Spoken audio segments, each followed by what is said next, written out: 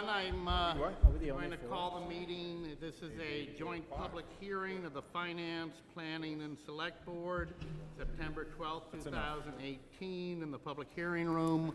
We are being recorded, and I would ask that if anybody chooses to speak, if you will identify yourself and give your address and keep your voices up. We do have new recording systems, so the sounds in here are much better, but I think for everybody to hear, it's still helpful to remember to keep their voices up. I'm Tom McCain, the chair of the Select Board.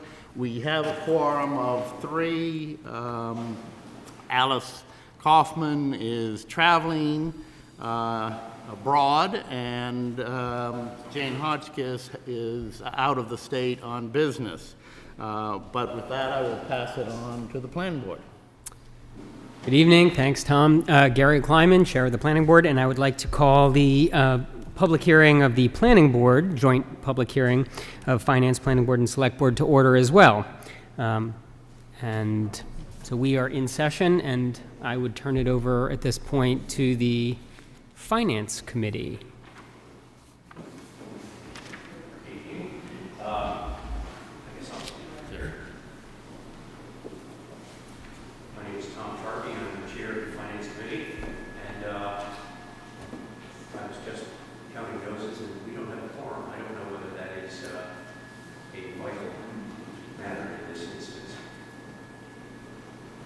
No, it is not, I'm told, so thank goodness. Right, and so we are also having a meeting in parallel with yours. Thank you. And I would just advise everybody that there is the warrant articles are published, so I think it was on the desk in front. Everybody has them. The first article is eminent domain settlement, 214Y Main Street, additional compensation, and town manager will take the mic. Thank you, Mr. McCain. And Aaron, our public information officer, asked me to remind folks to speak into the microphones, otherwise we won't pick up your voice. The reason that I requested that the Select Board call a special town meeting is the settlement of the W.R. Grace litigation. We created 3 articles, otherwise it would have been one very complicated article, so we broke it into 3 articles. The first relates to additional compensation for the company. And this is an old map you've seen before. The arrows point to the W.R. Grace land in Concord. Valley Sports Center on Route 62 is shown there, the Thoreau School, so that's just to orient you.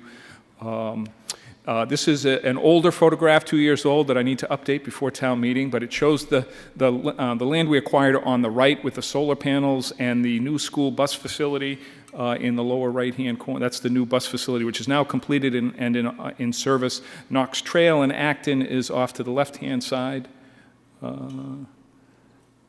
Anyway, it's the roadway there on the left is Knox Trail. And that's off the Kearsarge Solar Company's website. That's our solar panels as part of their promotional campaign. Some history on the W.R. Grace site. We initiated amicable talks with the company in November of 2011. At the time, we were interested in acquiring the property primarily for the solar generation that you see and wastewater treatment, our future wastewater treatment needs.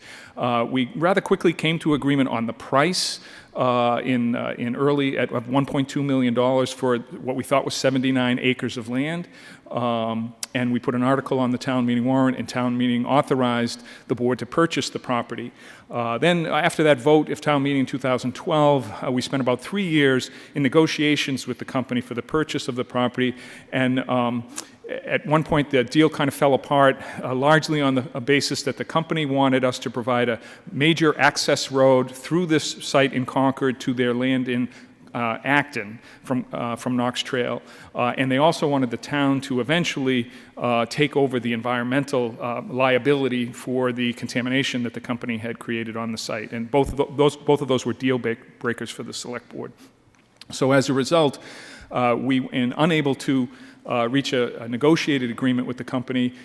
We asked town meeting to vote, which they did in April, a special town meeting in April of 2015, to authorize the board to take the property by eminent domain. By taking the property, the only obligation of the town was to provide fair compensation. The town did not have any obligation to provide a roadway, nor did it have any obligation to clean up the site. In August of 2015, the eminent domain taking was completed. We had an independent appraisal performed that put the value by John Avery, reputable local appraiser, who put the value of the property at $800,000, and the pro tanto payment was made at that time. And the only thing the company could object to was the amount of the payment that they thought was unfair. They couldn't object to our refusal to take on the environmental liability. In April of 2017, the company notified us that they felt we were $6.3 million short of fair market value for the property.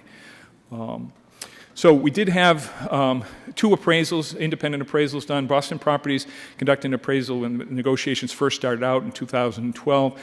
They pegged the price of what, again, we thought was 79 acres. Ultimately, when we had the land surveyed, it was about 69 acres, so it was less than we thought. They put the value at $2.5 million, but assuming access to the site. There was no access to the site. The use of the access road had lapsed. The company had not asserted its rights to use the access road, so that it had lapsed, and it didn't have access from Knox Trail to the Graceland. John Avery provided an independent appraisal anticipating an eminent domain taking and set the value at $800,000.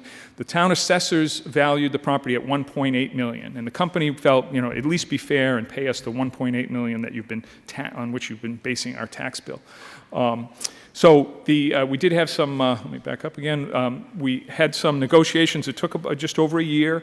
The company ultimately has settled on a three-part agreement. So the three articles that you're hearing tonight is they've asked for, in addition to the $1.2 million when the article was moved to approve a negotiated purchase of the property, town meeting authorized $1.2 million to be spent for that purpose. When we took the property by eminent domain, the town authorized the use of those funds and to make payment.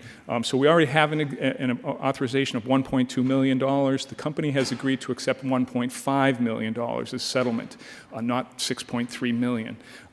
So we think that's a reasonable, it's not quite what the assessors had the property valued at, but it's a reasonable accommodation. So that's the first piece of the three-part settlement agreement. So for any questions on the additional compensation that W.R. Grace has requested to settle this case. And I'll say that the clock was due to toll in August, because it was August 2015 that we purchased the property or took the property by eminent domain. The company had 3 years, or until August of 2018, to file litigation. They notified us informally through their attorneys, but not with a formal complaint in court, but they made it clear that if they didn't reach an agreement with us, that they would sue to collect more money. So we achieved a settlement just this spring. Happy to answer any questions you might have about that. Go to the mic, please, and identify yourself. Thank you for that comment about August. Otherwise, I would be asking further questions. One, it makes sense. Yeah. Originally, we heard that this would be paid for from sewer and electric fund. Is that still the plan? That is still the plan. Do we have a slide that shows us where the sewer portion of that would be? Where the sewer, part of the real estate, where sewer facilities might be located. That hasn't been determined, but actually it would probably be between the solar panels there. You see the group of solar panels sort of in the middle. There's a steep slope that leads from the lower panels up to the top. Generally in that area, it might require the temporary relocation of some of those sewer panels to have infiltration beds or what have you associated with wastewater disposal. We don't see that anywhere near on our horizon. The treatment plant we have seems to be of adequate capacity for at least 10 years, perhaps much longer.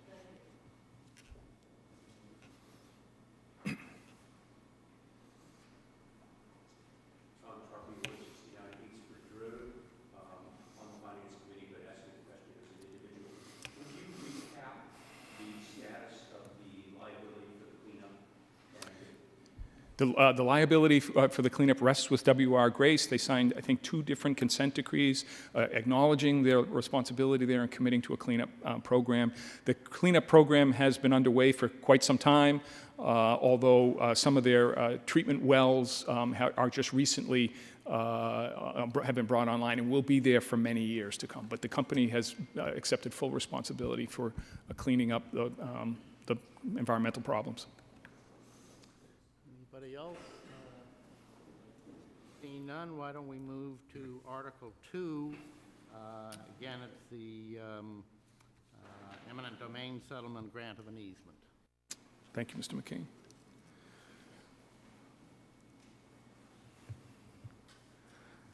So this is part 2 of that 3-part settlement with the company.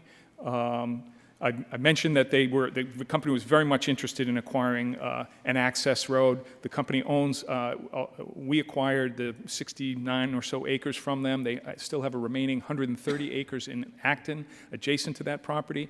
The primary access to the Acton land is via Independence Road in Acton.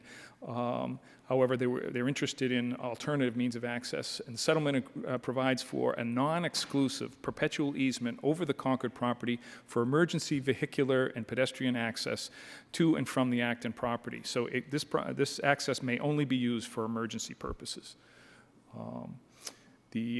The easement conditions stated in the easement agreement are the access road is no more than 25 feet wide. Construction and maintenance is by the grantee being the company or its future successor owners. It's non-exclusive use, so if the town needs to use it for any reason or needs to cross that easement, that's not a problem. Our preference is that the surface be unpaved unless it's required by either the Concord Fire Chief or the Acton Fire Chief that it be paved. And the grantee will pay the cost of relocating any solar panels that might be that exist now and are in the way of creating the road. So here's the visual that shows the in purple, that the road there, that's the access easement. It's been drafted to reflect that on the ground. You can see sort of where it bumps out in the middle there, where it will encroach into some of our existing solar panels, and as it approaches the Acton parcel, there'll be some encroachment into the solar panels there. We didn't think we should have to bear the cost of relocating the solar panels, so the company has agreed to do that. I think that, and the Tennessee Gas Pipeline is there. So I think that's it. We're pleased that it isn't a major thoroughfare that will dump all of that traffic out onto Route 62 heading towards Concord. It would be for emergency purposes only, so the company could develop whatever the Acton zoning allows them to develop. The access would be via Independence Road in Acton, and the road through Concord's land would only be for emergencies. I'm happy to answer any questions, Mr. Chairman.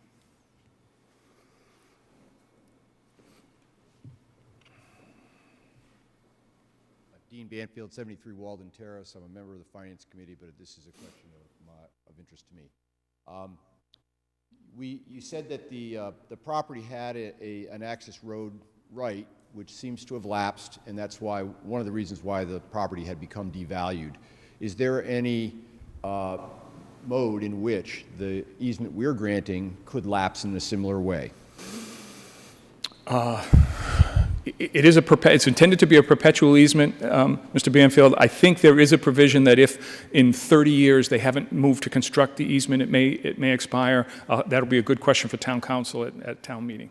I don't have that at my fingertips. Anybody else have a question? Please take the mic and re-identify yourself. Ruth Lauer. So, Mr. Whalen, they, W.R. Grace, could not constitute it an emergency to use that road to service their water wells. That would be all done through the other road. That's their current practice, W.R. Grace's current practice is to, they do have monitoring wells on the Concord land shown in orange or brown, and they have obligations to go out and pump and test and examine those wells. And they currently access the wells on the Concord land through the green Acton land. Does that answer your question? the Grace would have the right to use that. They'd have to build the road. No road exists where the purple line is, so they'd have to build a usable road. But yes, they would have. We have granted them rights at the time of the eminent domain taking to do whatever EPA requires them to do for environmental remediation purposes. So for the last 20 years or so, they've done their Acton monitoring from the Acton side. Yes. Yes. That would continue. They would not now use Correct. this new road. They could only use it for emergency access purposes only. Thank you. Yep, sorry, long way around the barn to get to that. Anybody else have a question? Move on to number 3, which is also W.R. Grace, and this has to do with the zoning bylaw amendment.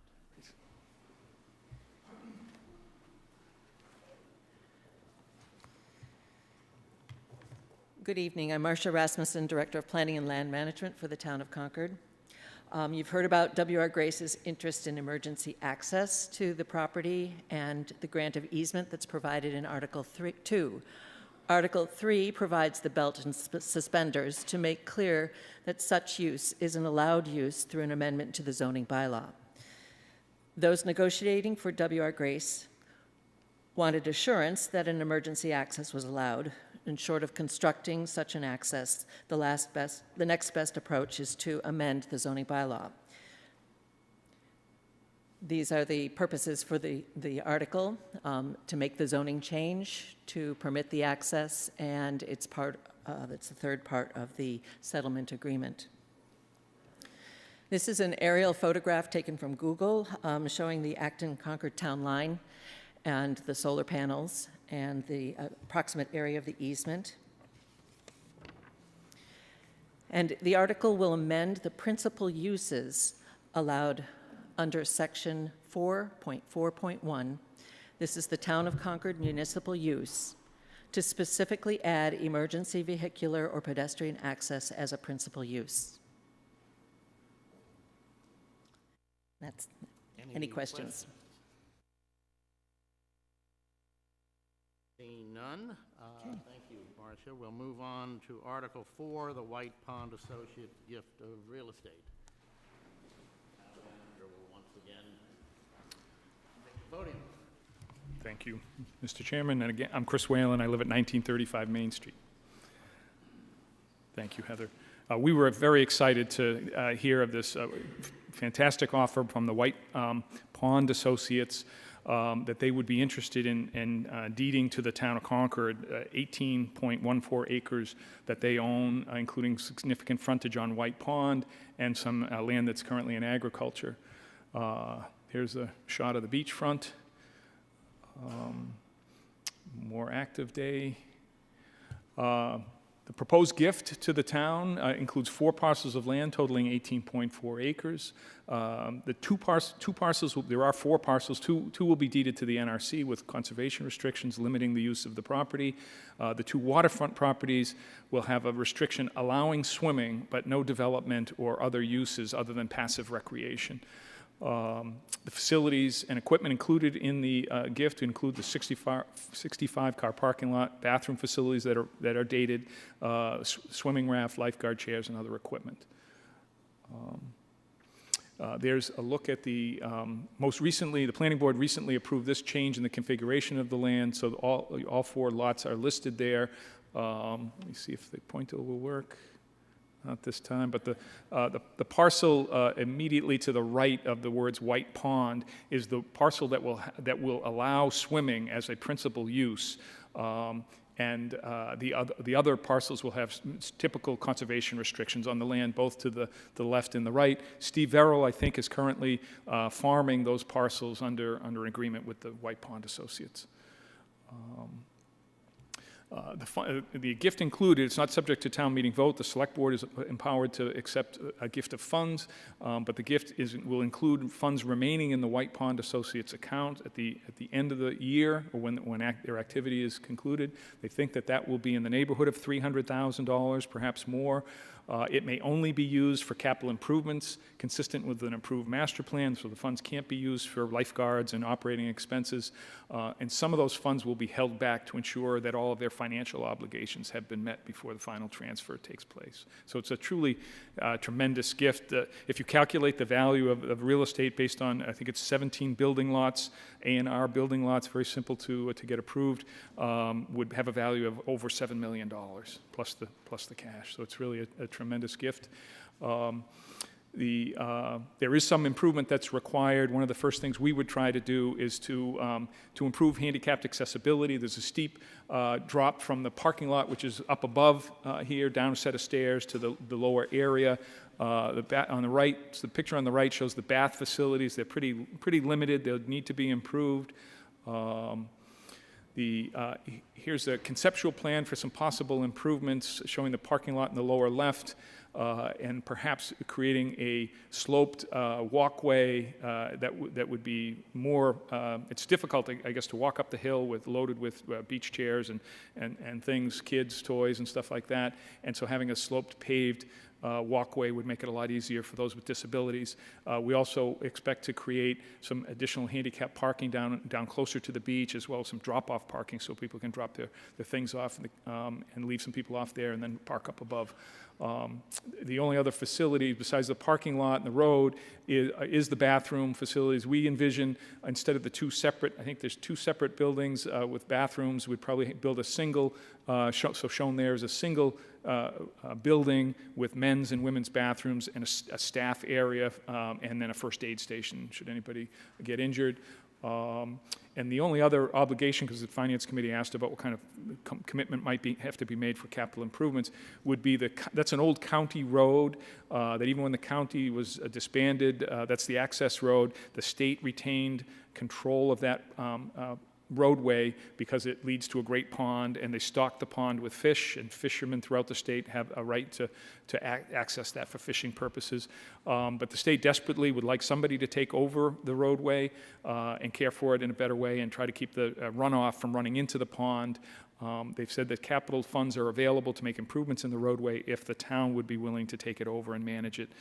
So that's of interest to us. So those are I think the major capital improvements that could be required. They don't have to be done right away, but the town does not currently own a public bathing beach. We were thinking of making a significant investment in the Giroux property and trying to make Warner's Pond swimmable again, but this is a so much simpler, more elegant a solution to that problem. The Giroux land at Warner's Pond will still become a public park. We'll have boating and kayaking and so forth, but we have access to a ready beach. We would make stickers available for all residents, either seasonal passes or day passes, and then of course we'd have to control access on the hottest day when everybody wants to be there. So happy to answer questions, Mr. Chair. Any questions? Yes.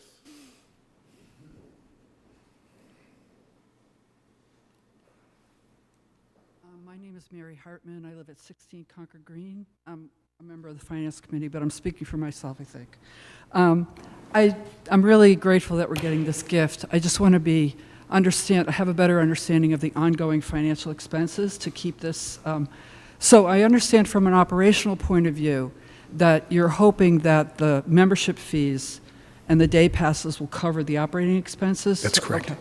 Yes. As far as capital fees go, do you think that the $300,000 that we're getting from the White Pond Association will cover the capital needs going forward? That won't fully cover the cost of, again, reconstructing the parking lot. I don't know if I mentioned that, but the parking lot's in an advanced state of antiquity, and so it will be necessary to repair that. It's not urgent; doesn't have to happen the first year, but that will have to happen. The bathroom, same thing. We haven't run the calculations. I hope to have those for you at town meeting, but I suspect it's more than $1 million of capital improvements. So we'll have an idea of what capital We'll try to cost those out for committing you. to Yes. if we accept this gift. Yes. Great. Okay, thank you. Yes.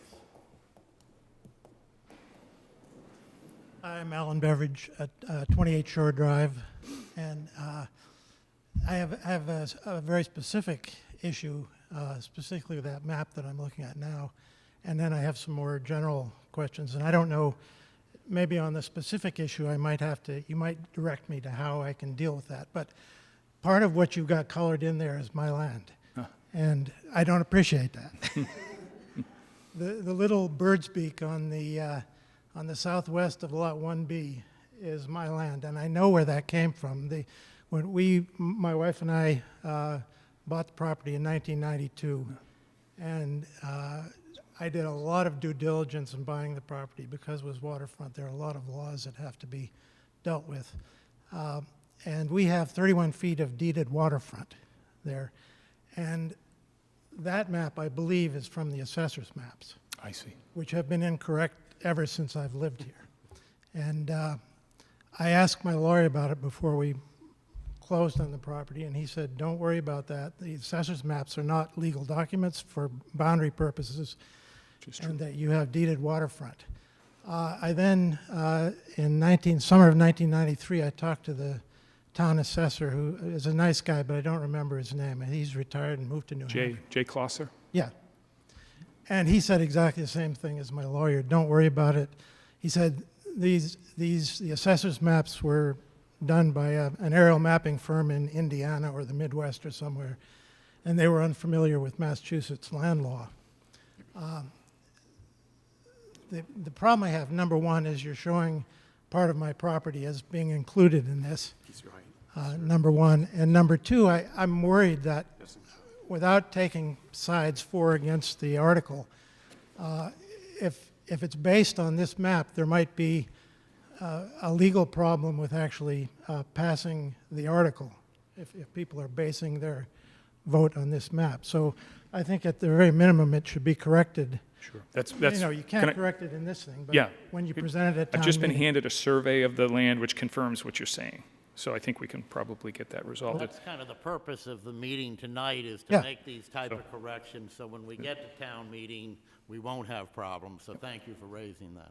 Okay, and is there anyone I can talk to specifically about this between now and the town meeting? Sure, you can. So, because I'm not seeing, I don't have the You can survey speak with that you're me. looking at. So David Purley conducted a survey of the Purley Well, Company. I had John so- Hamill do it, and he's, So we can get you the answer you're looking for. I don't think it's going to be a problem. okay, then the other thing is, I know there's, this is not my concern, but I've heard it in the neighborhood. I assume, based on the specific language of the article, that agricultural uses will no longer be allowed?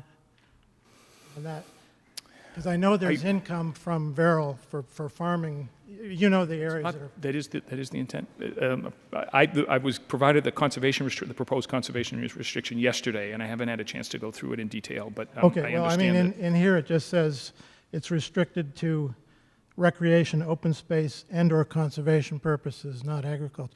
Now, I'm neutral on this, but I know that there are some neighbors, I think incorrectly, who think that even though they're maybe using organic fertilizers there, that they might wash off into the pond and provide nutrients. I don't believe that to be the case. And So if the land is gifted to us with a restriction that precludes agricultural activities, we would have to honor that exclusion. okay, but that's what this says in here. So this is the official language of the article? That is the official, that's the official language of the article authorizing the select board to accept the gift. The grantors anticipate putting some conditions on that gift, and we're just now getting the specific details of that. All right, that's another general question I had, and because this is so, it's not exactly vague, but it doesn't get into detail Correct. much. So in some sense, especially for the neighbors, you're asking us to buy a pig in a poke and then hope that we can put lipstick on that pig after we bought it, which I hope to be the case. But I don't know that there's an answer to that. I realize there's a time consideration here because this needs to be done before next summer, I guess. And I don't know what my question is about that, but I've got my fingers crossed that we can. Okay. Thank you. All right, and is there somebody I can talk to about the specific survey issues? Sure. Why don't you call my office, Okay. please? And were I talking to you or somebody else? Me. Thank you. Hi, Cynthia Reddy, 80 Hunters Ridge Road. I believe most of the summer of 2016, the pond was closed due to algae blooms. Probably caused by, it was 2016 or 2017 or some combination. Yes, one of those years there was significant closure. Probably caused by humans, right? Either from fertilizer runoff or, we haven't determined that. Has there been a verdict on that? It's unclear what the cause of that. That particular summer. I think many swimming areas and other water bodies throughout Have the similar eastern issues. Massachusetts experienced similar problems. And I just wondered if going forward, we might have a better plan as to, there's no sewage. It's Right. all, and it's very, look at the houses around the pond. I mean, it's very densely populated. And if, I don't know, it's not clear whether continue to farm that land or not, which would obviously maybe have an impact. My one other question is, where is the Bruce Freeman Rail Trail?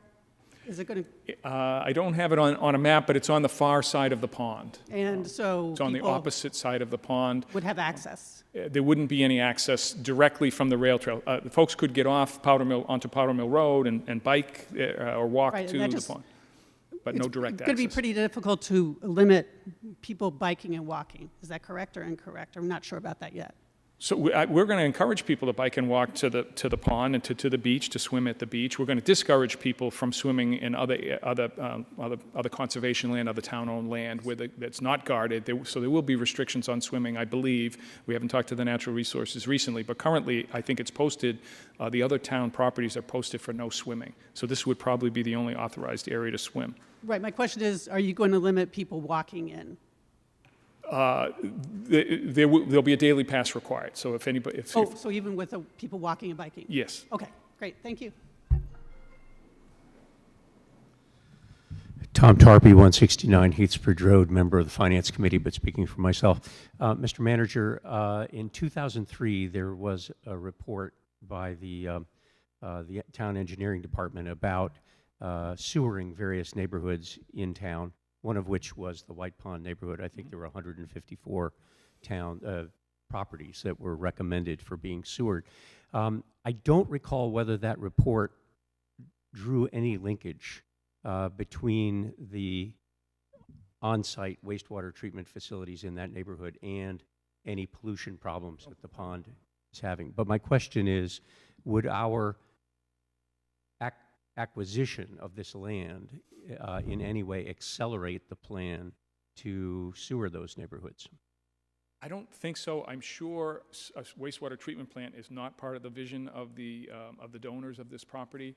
We would expect to upgrade the septic facilities for the bathrooms on the site, which might involve putting the septic system in the parking lot higher up and pumping uphill. So we would improve the facilities of the use of this property, but I don't believe this property would be appropriate to host a local wastewater treatment plant or package treatment plant. Okay. Hi, Alan Beveridge, 28 Shore Drive again. Sorry to take more of your time. A couple of things that were raised earlier. In my experience, and I've been there since 1992, the single most probably detrimental pollution to that pond comes from the parking lot. When there are torrential rains there, it used to be in June, but now with climate change, they're occurring all over the place. But when there are really torrential rains, I've gone out and walked the whole site there. There's not much coming down the right-of-way, the state road. There's a huge amount coming down the steps from the parking lot. Mm-hmm. And there's a lot of pollution in that parking lot. That's where nitrates and nitrates are concentrated. It looks like your conceptual plan might reroute that and thereby, but it's something you should be aware of, that parking lot is a real problem. The second question, and I didn't see it on there, is this going to be limited to Concord residents?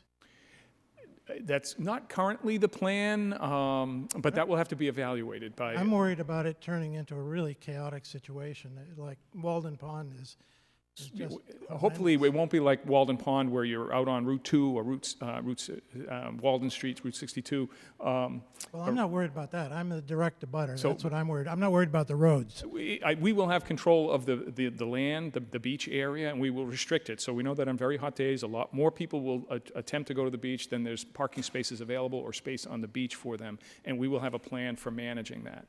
All right, and then the other, well, I mean, if it's legally possible, I'd like to see it restricted to Concord residents. I don't know whether that's legal or not, but The other thing is that currently the association keeps a kind of a wild, uncleared area between the beach they use and the property owners next to it. And I would hope that that would continue so that the densely populated beach doesn't come right down to our land. Mm-hmm. And that's maybe one of those things that is the lipstick on the pig that gets settled later.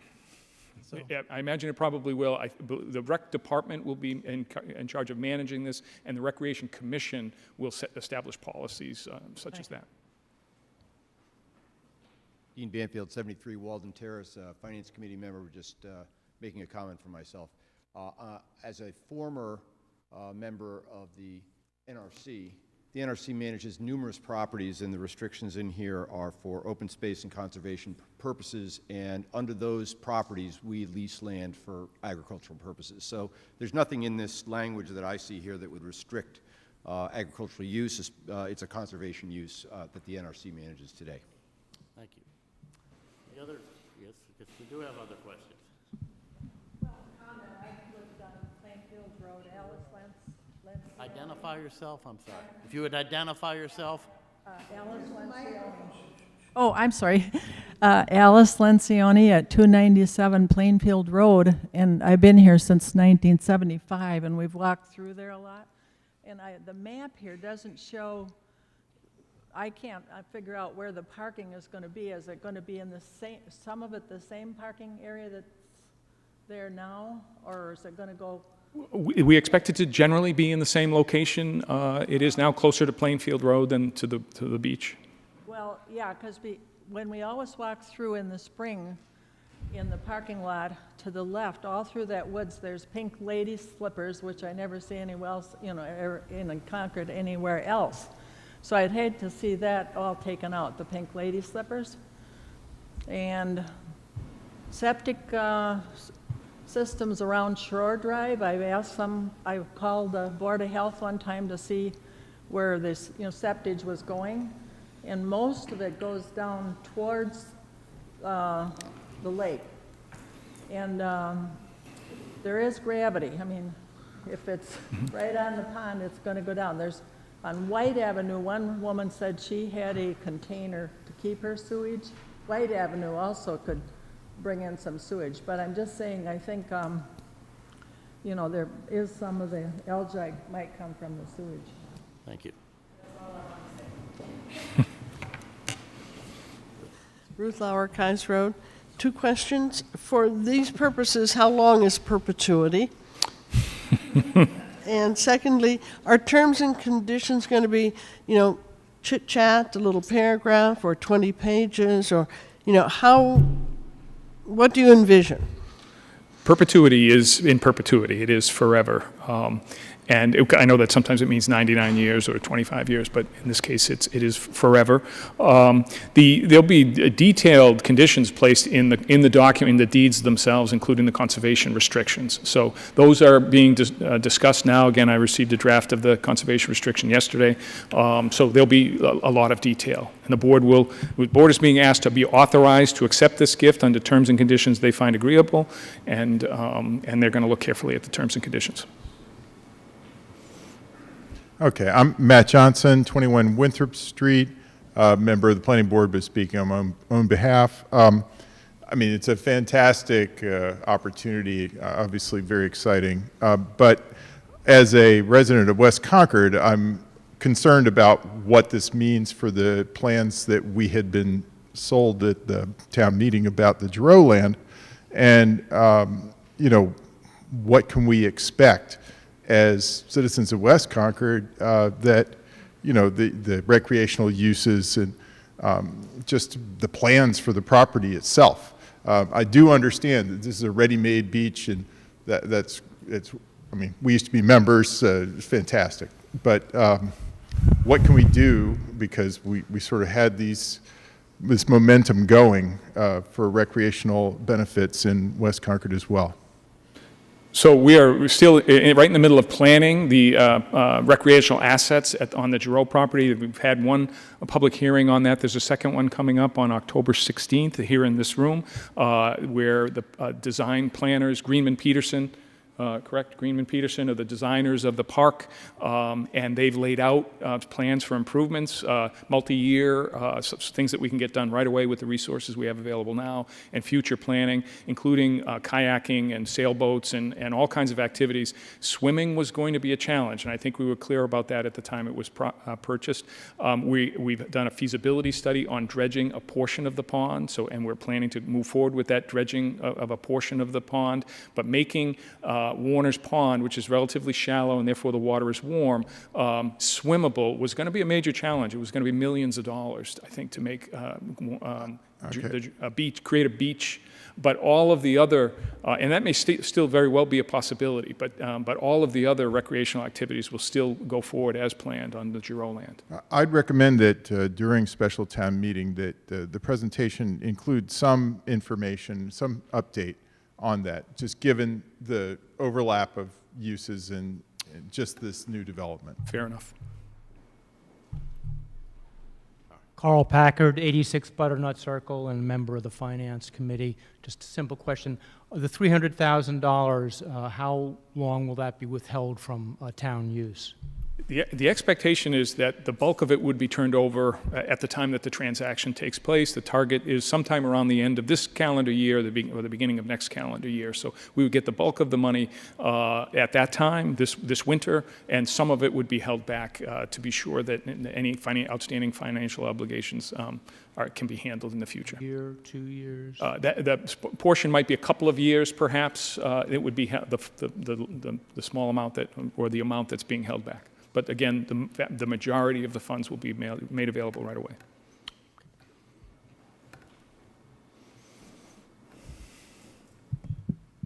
I'm Marcia Schloss, 86 Hillside Avenue, and I've had the pleasure of being a member of White Pond for almost 3 decades.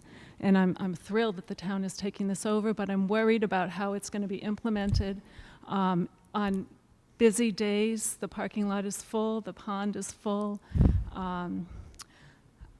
There are people I know that have been members for a long time that don't live in town, and they're concerned if they're going to be grandfathered in.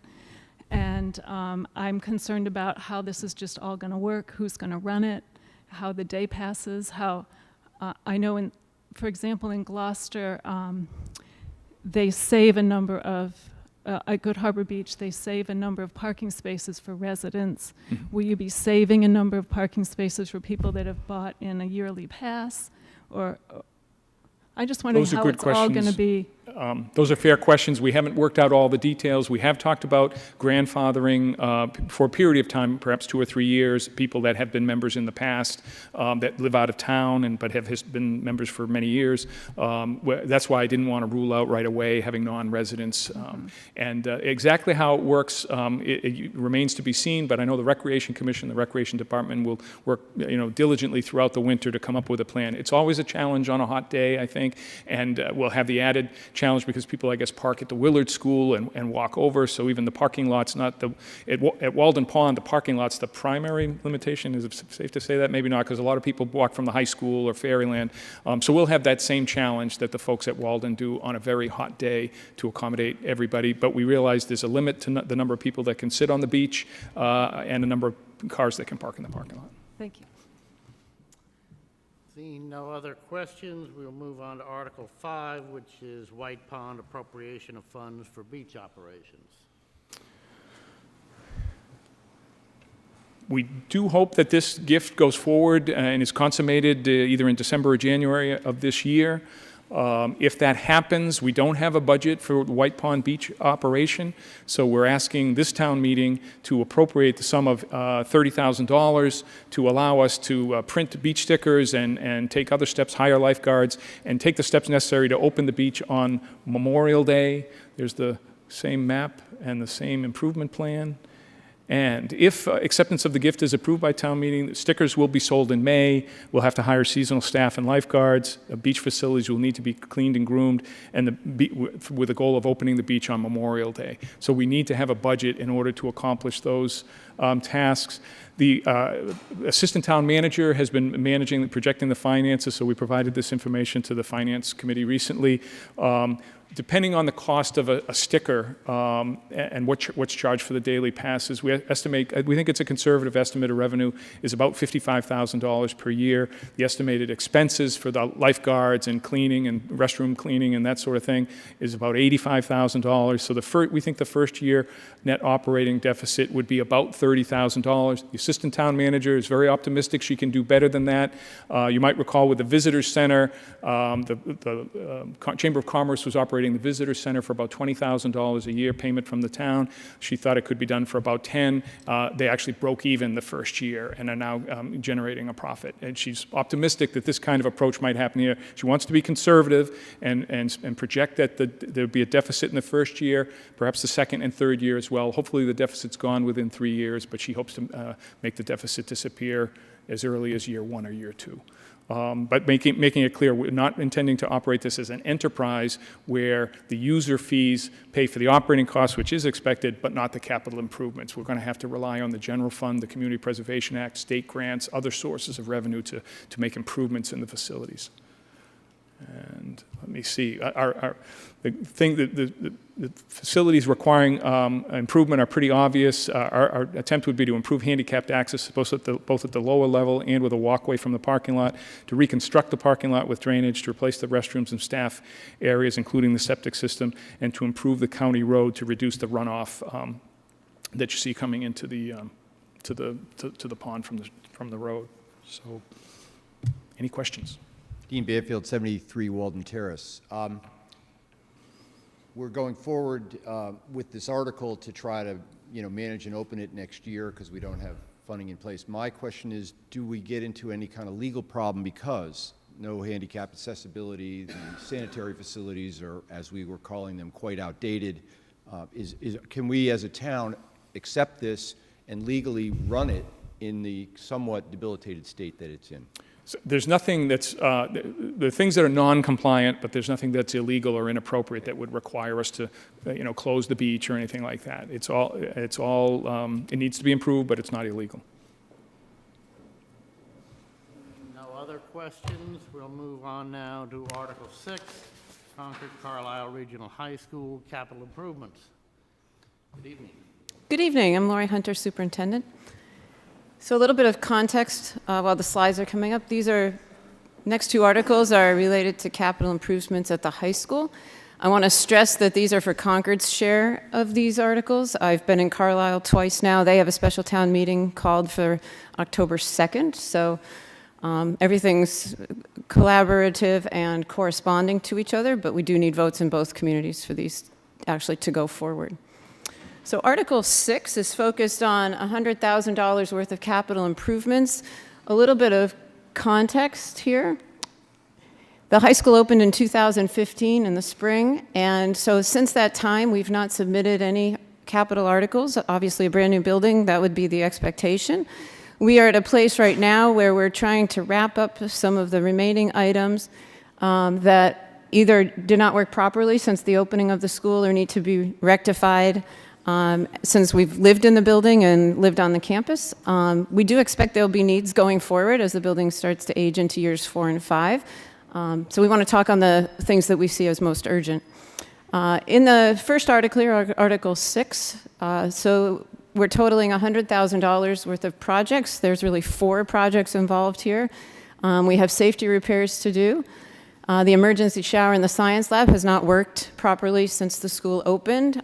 There's no remediation to that. The contractors have come and gone and warranties are out, so we need to rectify that. We also have spray booth ductwork to do. The theater department uses this to make sets, and it's not ducted properly to take care of the paint fumes and such to the outside.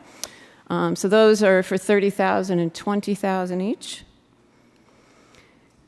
The other 2 relate to some communication we've had with local town officials and town departments and some of the needs. Down on the lower field, in heavy rain, we're getting a pooling of considerable water that's very close to some of the abutting properties. And so we've been working with the Natural Resource Commission on a remediation to that. Other things have been tried. We are now to the point where we need to pull a pipe up and pull it out of the groundwater. It's actually sitting in the groundwater table. So a pipe that's meant to drain water is having a hard time draining water, given that it's sitting in the groundwater table. We need to pull that up and have the water driven off to another portion of the property. Since the building opened, this was actually value engineered out of the original project. We need an ambulance cut, so the fire department has much simpler access to the nurse's office. Currently, they're coming to a main entrance or a side entrance and having to navigate the building, where this would allow them direct access.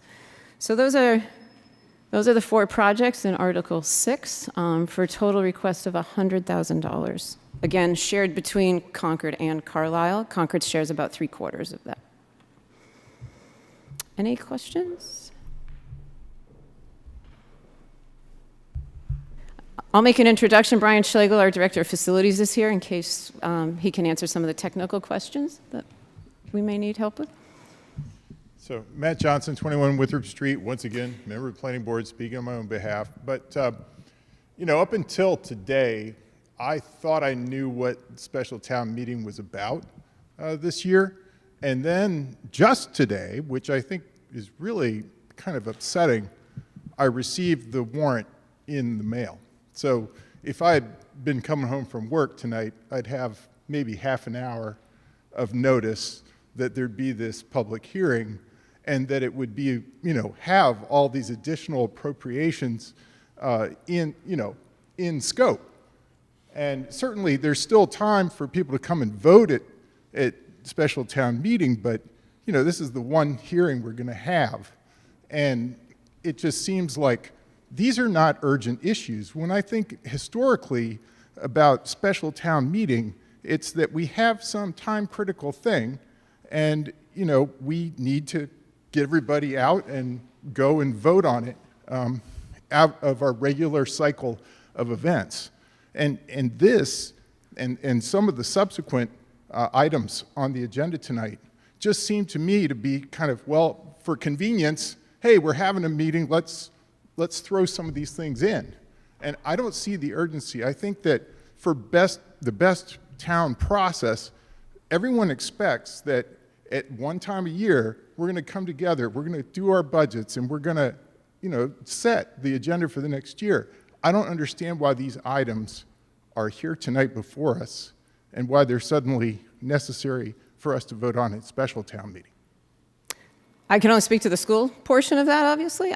We do have a timeline for at least one of those items that I just mentioned. The NRC has given us a deadline that we're already past, so we are trying to work within some mandates that we have and some outstanding safety issues that we're hoping to rectify.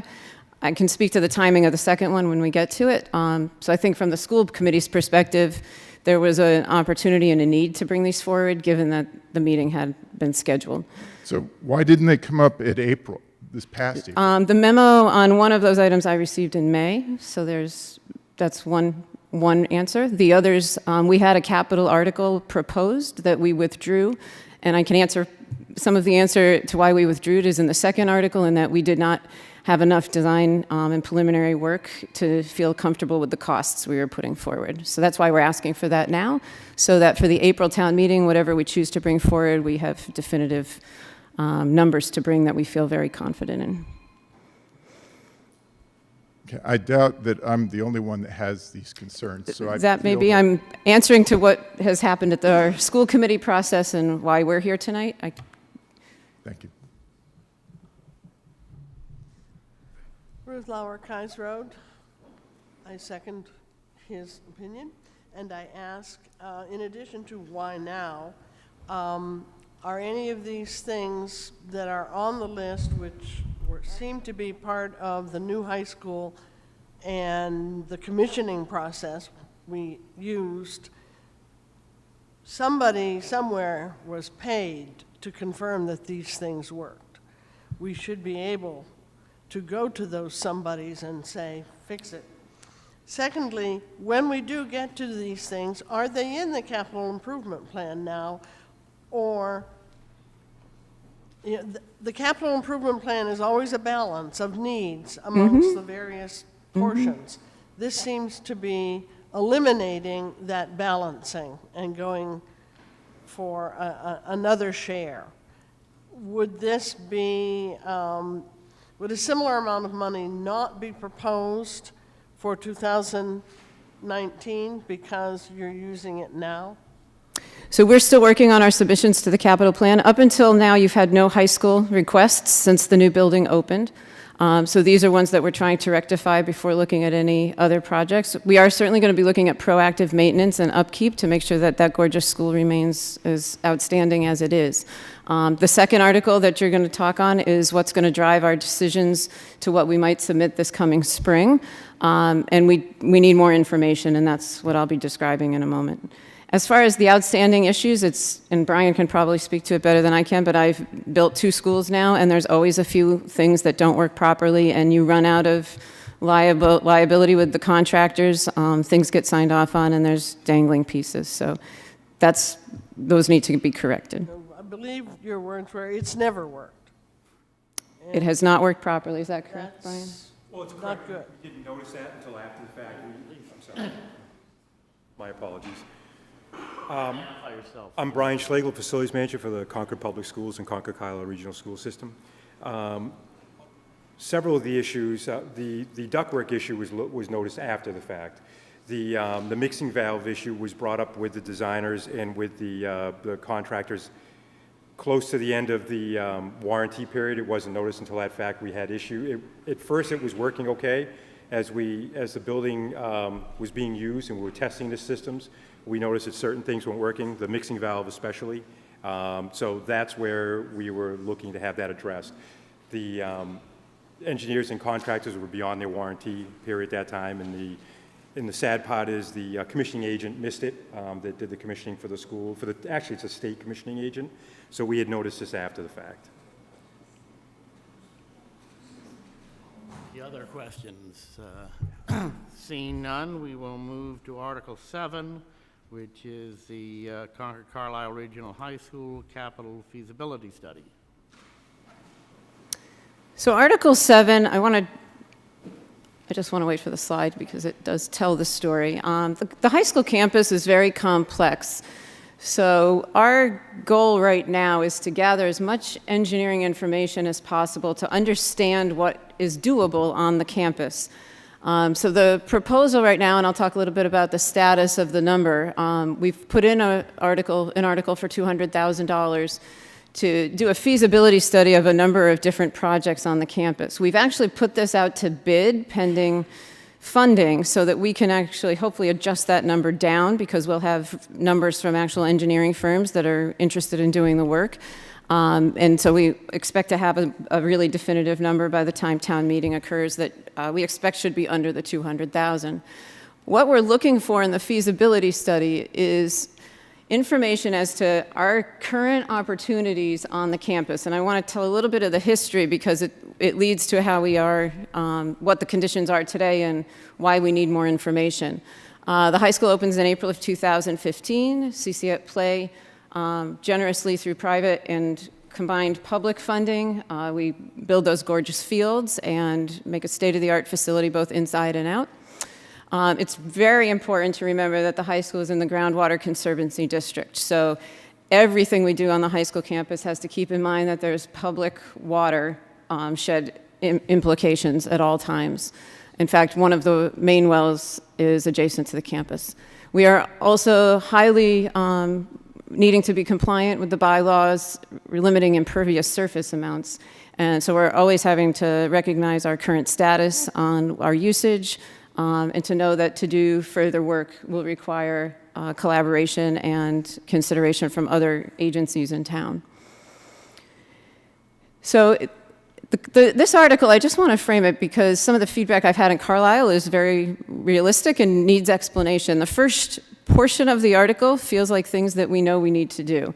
And timing will need to get talked on, but they're needs that we've identified. When I get to the second portion, it's a list of potential projects. And normally you would split those two things up, and you wouldn't try to do them all in one feasibility study.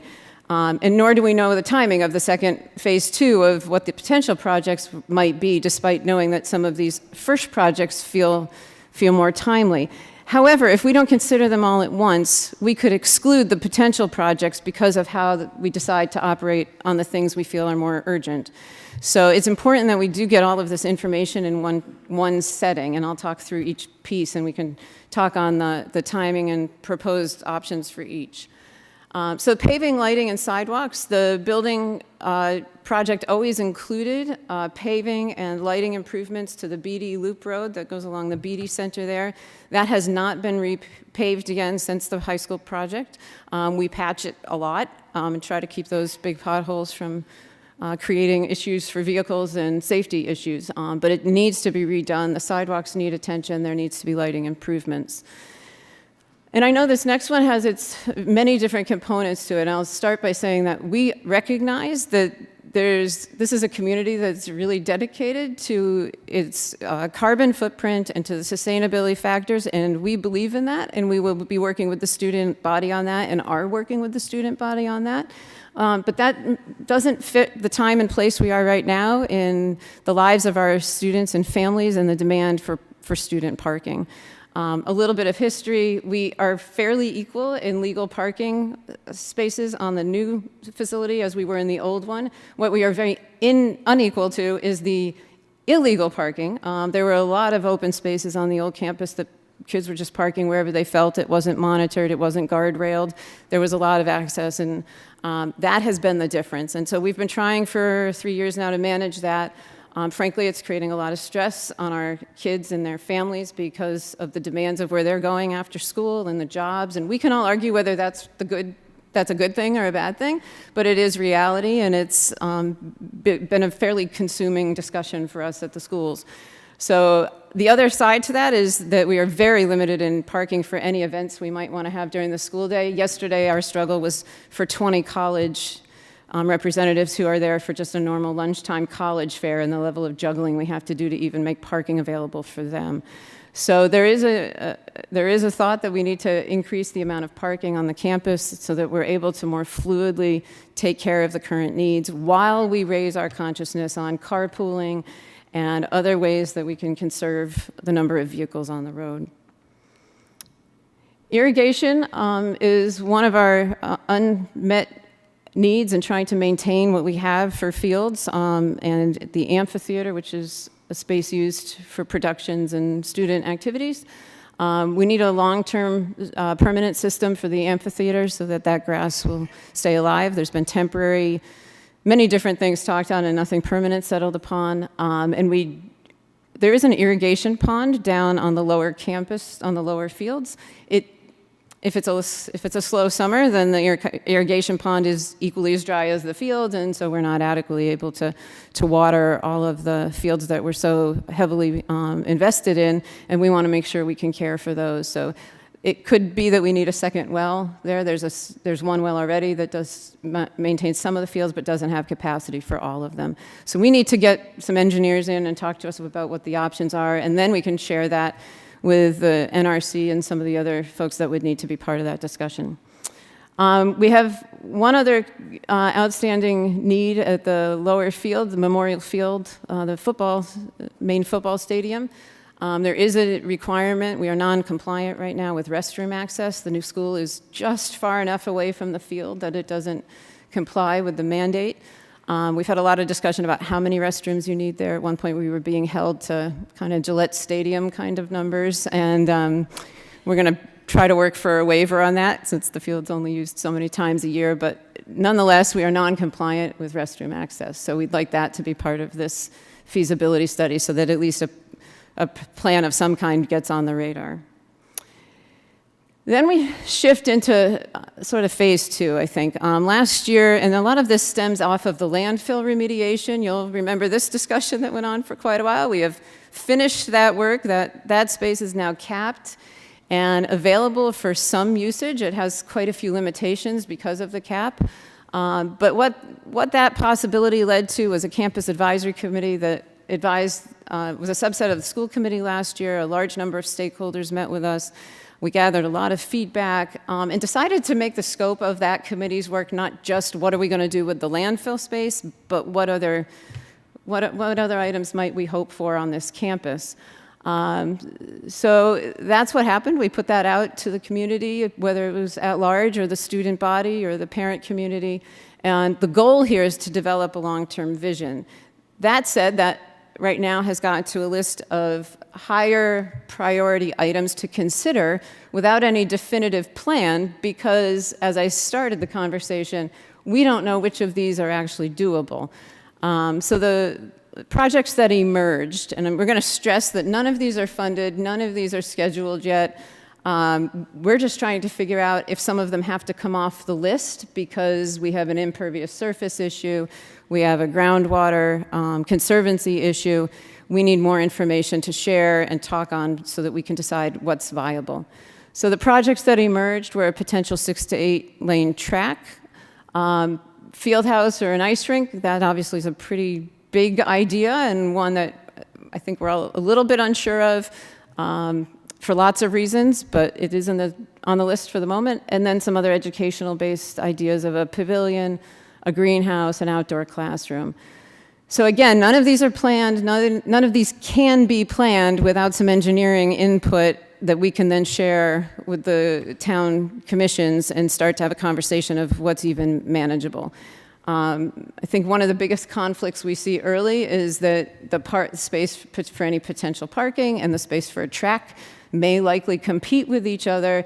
And our biggest fear is that we make a decision on one project only later to realize we've excluded another project inadvertently. So that's why the scope of this is as big as it is, so that we get all of that input at once and then can use it for the longer term planning and bring you highly informed when we're ready and there's interest articles for subsequent annual town meetings. So the timing on this one, that's really the explanation. Again, we withdrew an article last year for a couple of these projects because we weren't confident in the numbers. The goal is to use this to be confident in the numbers so that we bring you sound projects of any of these. I can't say which ones because we haven't had that discussion, but things we're very confident in and that you would have faith in the numbers that we're asking of both towns. So just a little bit of highlight of the purpose of the study, making sure we have accurate costs, that we understand our limitations, that we have projects that complement each other. The goal here is at least a 3 to 5 year plan, if not longer. And I think to the capital plan question asked earlier, that absolutely is the goal, that these inform the campus plans in a knowing, predictable way. And there's always going to be a cost to study these projects. We actually believe we're getting a better cost because of the scale all at once rather than doing them as individual projects. Timeline, we've been equally on a quick timeline here trying to make this as efficient and effective as possible. So we will open the bids this week for this design feasibility work. So we will have a solid number. The school committee will award the bid on the September 25th meeting. So pending funding at both town meetings. So we will actually just say exactly what we know this will cost. And then again, we'd spend the winter and spring reviewing the study. It's due back to us with cost estimates in December with a firm full report in January so that we are highly informed for any projects we put forward for annual meeting. And that's the story. So I'm happy to take any questions. Any questions? Seeing none. Thank you. We'll move on to the next article. Over here. Article 8 is town manager search appropriation of funds to determine whether the town will vote to raise and appropriate or transfer from available funds the sum of $20,000 or any other sum to be expended under the direction of the town manager for the cost of hiring a professional recruiting firm, advertising and other costs associated with recruiting a new town manager, or take any other actions relative thereto. And I neglected to identify myself. Tom McCain, 138 Nishotic Road, and I am the chair of the select board.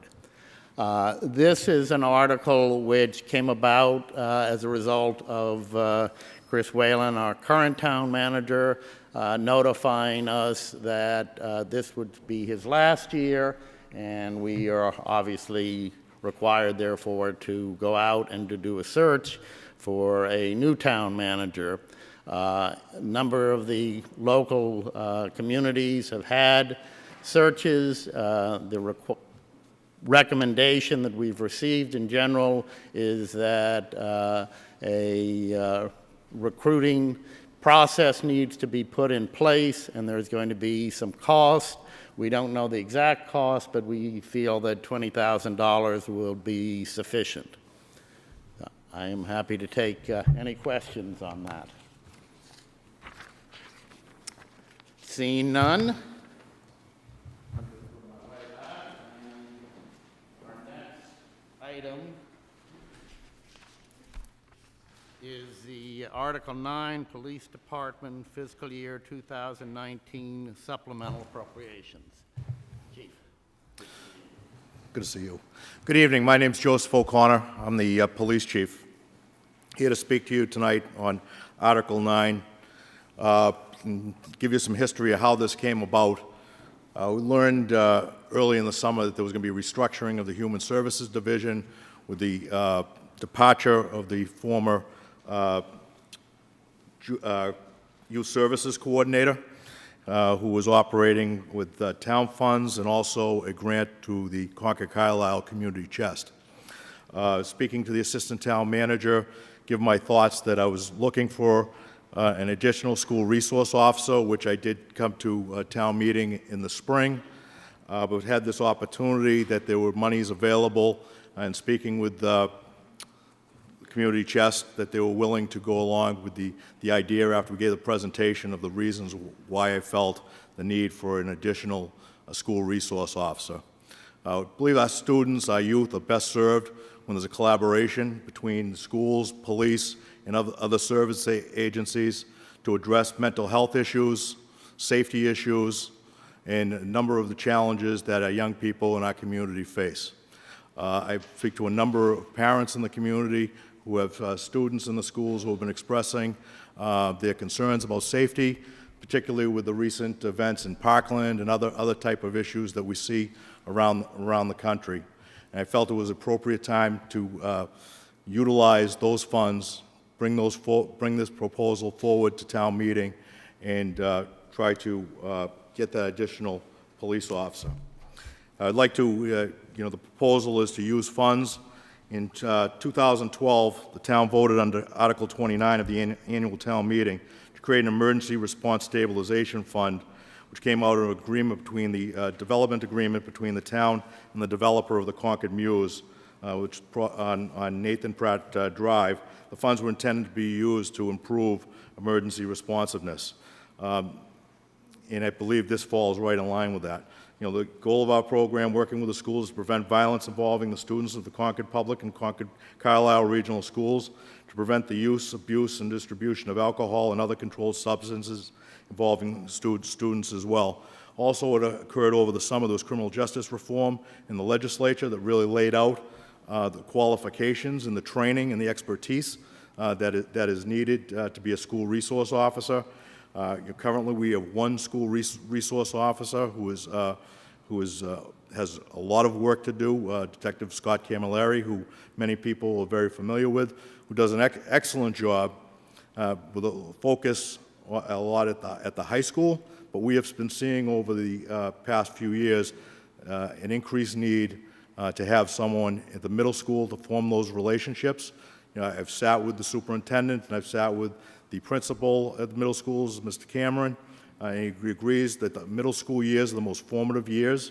And if you look at the youth risk survey and look at the percentages, when you put those numbers into real people, they are children. And if we can take some type of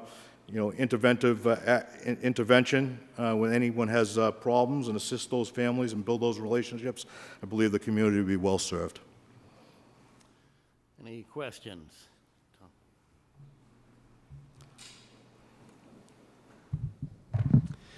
Tom Tarpey, 169 Heathsbridge Road, Chairman of the Finance Committee and speaking for the Finance Committee. Chief, I'm assuming that this is not a one-time expense. You're talking about a transfer that would be at least this year, a one-time transfer, and there's a grant available. You haven't spoken about the overall magnitude of how much money are we talking in total is one part of the question. And the other part of the question is, will this be an ongoing expense? Will this be something that we'll be seeing as an addition to our budgets henceforth and forevermore?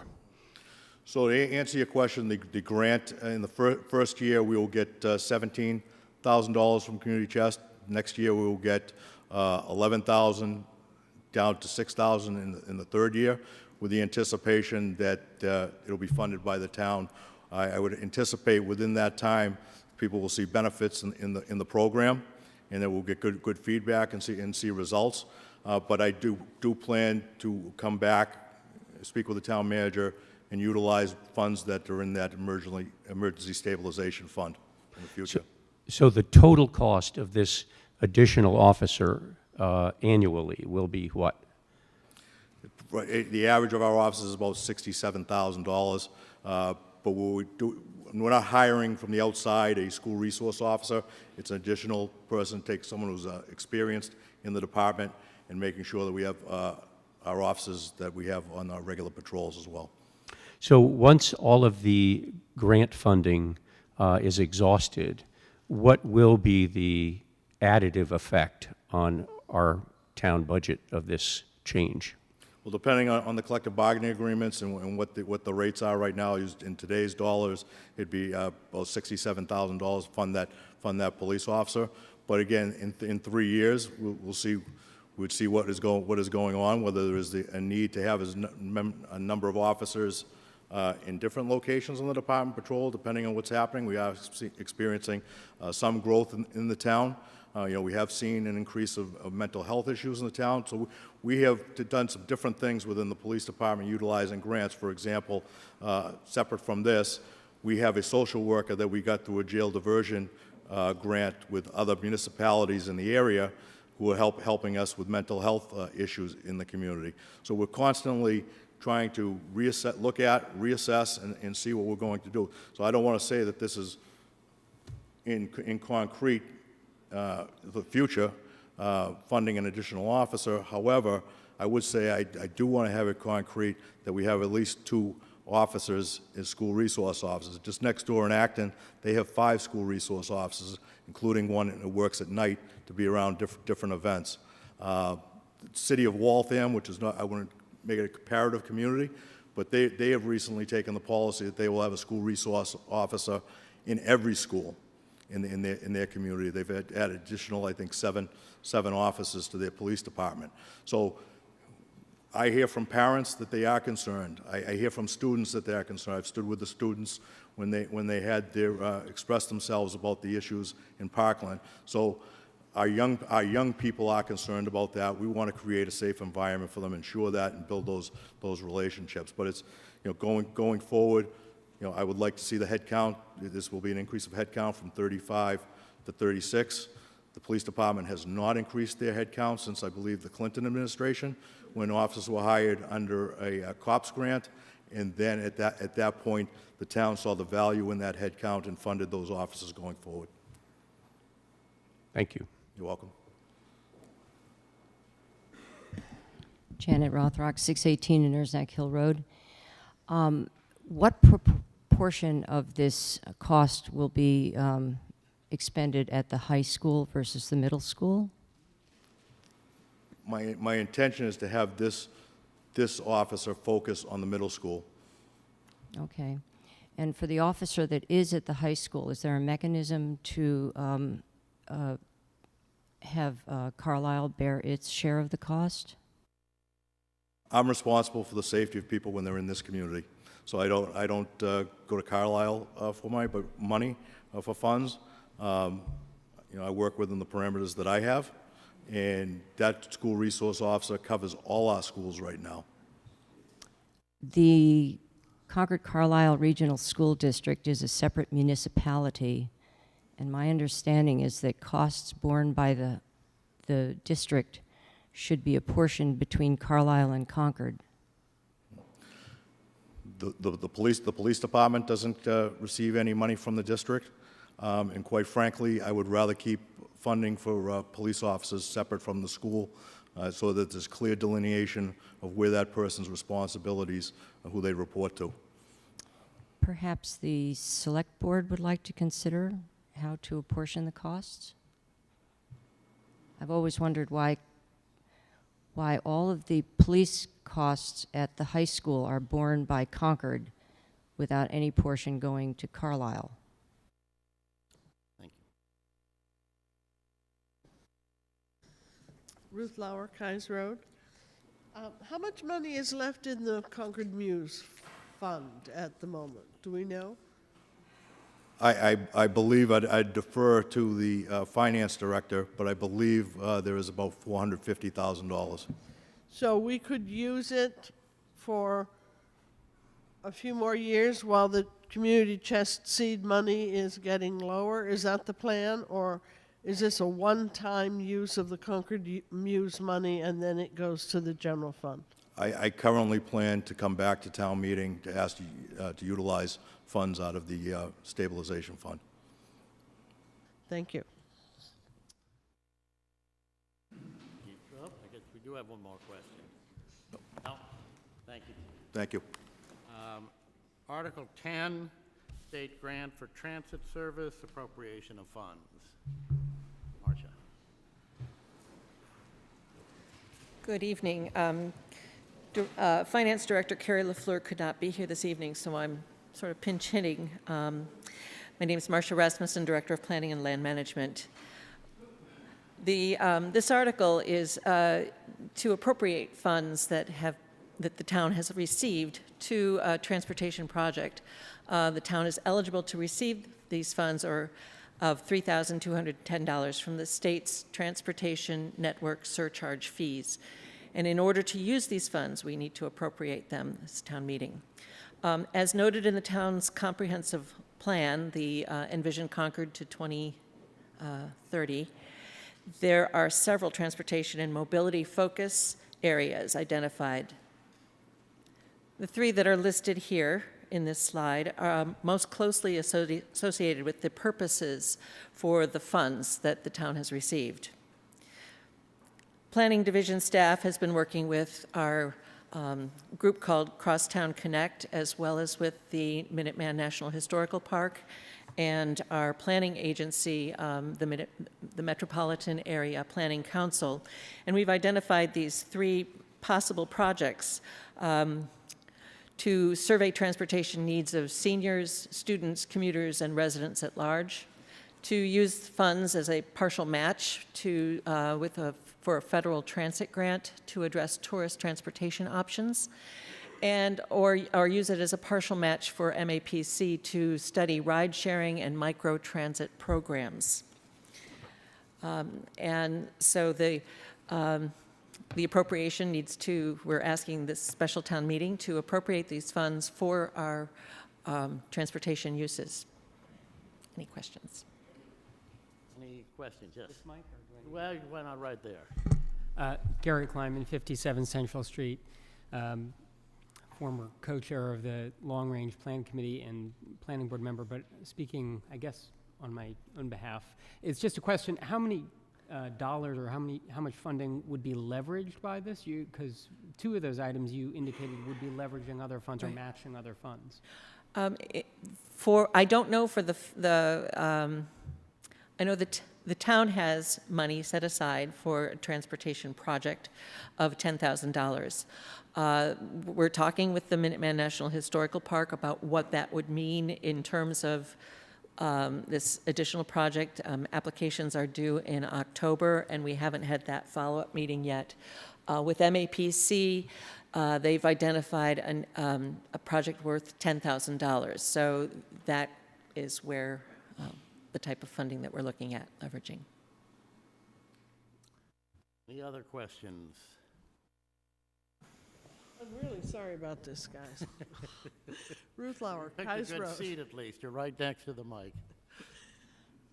Transit usually means public conveyance, right? Not Correct. It's for options for people who don't want to be in their own vehicle driving. right.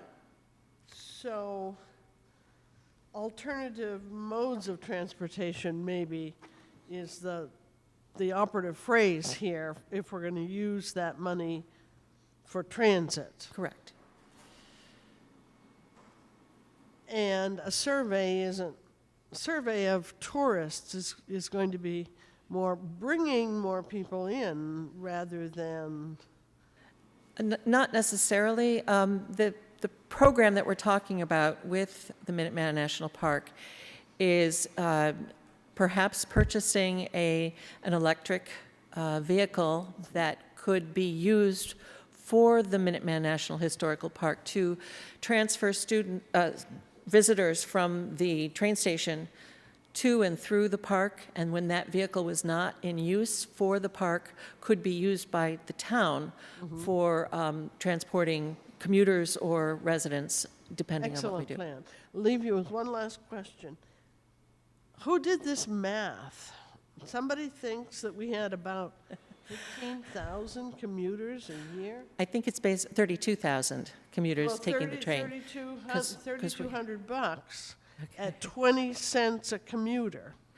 And okay, so maybe it's more. That's the we state. should have a whole bunch more money.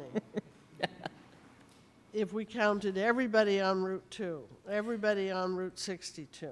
We're talking about people passing through town, right?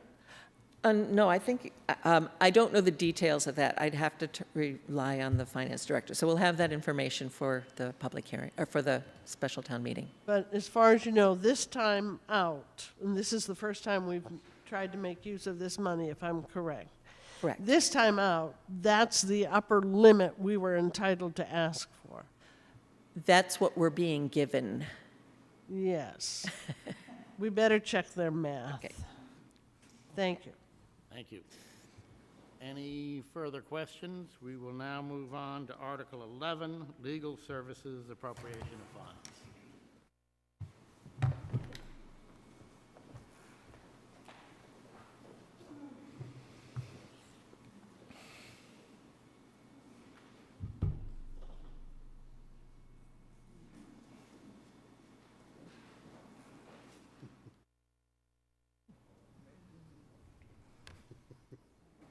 It's okay.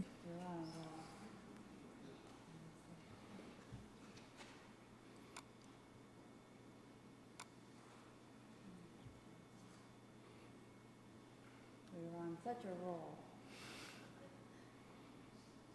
There you go. Thanks, Heather. Oh, there we go. So Article 11 requests that the town approve a supplemental appropriation for the legal services account in the amount of $100,000 to be added to the funds appropriated under Article 7, item 2 for legal services last spring. You see our history of spending on legal services, which is in the budget book, by the way, if you ever want to refresh your memory on this. We had not changed the legal services budget from the 225 that you see there until this past spring was the first increase that was sought since 2004. We did exceed that amount on 3 occasions, including in 2017. We went over by $30,000. This past year, we went significantly over budget on the legal services account, and it consumed most of the Finance Committee's reserve fund transfer.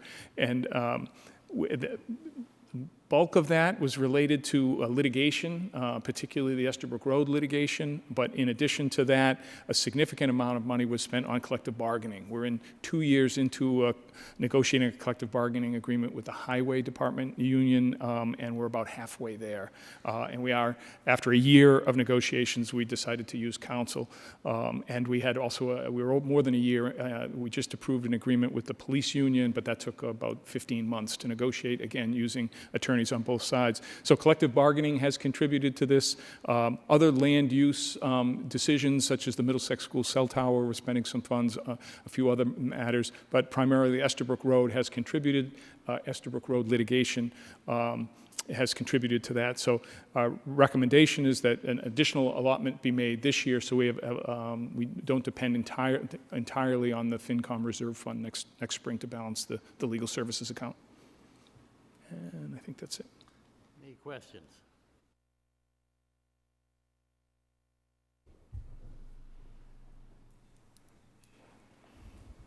So I'm Phil Swain, 114 Pine Hill Lane, member of the Finance Committee, but I'm just speaking on my own behalf. So how did we get from $225,000 to $450,000 this year in legal expenses? In particular, how much of it was for that single litigation, and what law firm are we using, and what are their hourly rates approximately? Approximately. So I guess I've shown you the historical numbers because I think we, in the past, have been very careful about our expenditures on legal services. We don't engage in a lot of litigation, and generally I've been able to negotiate the contracts with our unions. In this past year, I was not able to negotiate the significant union contracts, and the litigation was a factor. I believe the difference in compensation for the Anderson Krieger is as town council for general council matters, not labor council. The difference in their charges for the past year from 2017 to 2018 was about $110,000. I haven't broken. We do have the information. I didn't have a chance to do it today to break it out by case, general legal matters, specific cases, and the collective bargaining. But the cost of the litigation for the Estabrook Road is in excess of $250,000. And was that Anderson Krieger for that? Yes, it was. And what are the approximate hourly rates, top hourly rates? They went through a change. It was $295. They did just increase effective. It was $295 per hour for not a member of the firm, a partner. Thank you. And that did just recently increase, I think, perhaps to $320. So it's on that order of magnitude per hour, particularly for the top rate was $320. Yes. Okay, thanks.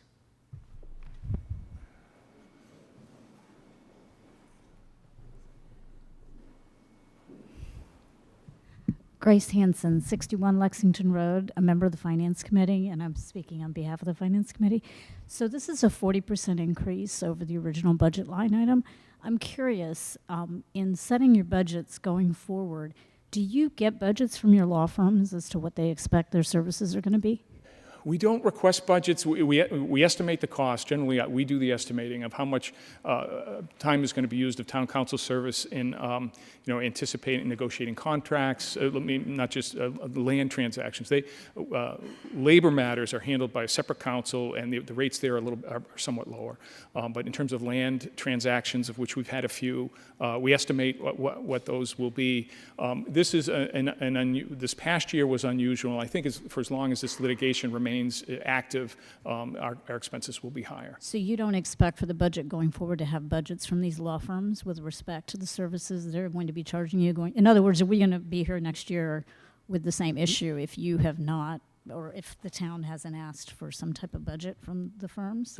I don't know that serves a purpose to ask them. They're going to ask. We ask for the services, so they could tell us, they could set a budget, but it really depends on how many cases, how much our staff requests legal guidance in preparing policies, and boards need legal services in making decisions and responding to complaints and that sort of thing. So it's based on demand for services. Even for litigation, you don't ask for a budget, even though the law firm would be able to estimate. Oh, so we had an estimate of what we had an estimate of what the costs might be. Our hope was to resolve the case amicably. We do very little litigation in Concord. Okay, but this overage is a result of litigation primarily? The difference in year-to-year spending, the amount above the normal expenditures, is perhaps 50% attributable to the litigation. Okay, thank you. Matt Johnson, 21 Winthrop Street.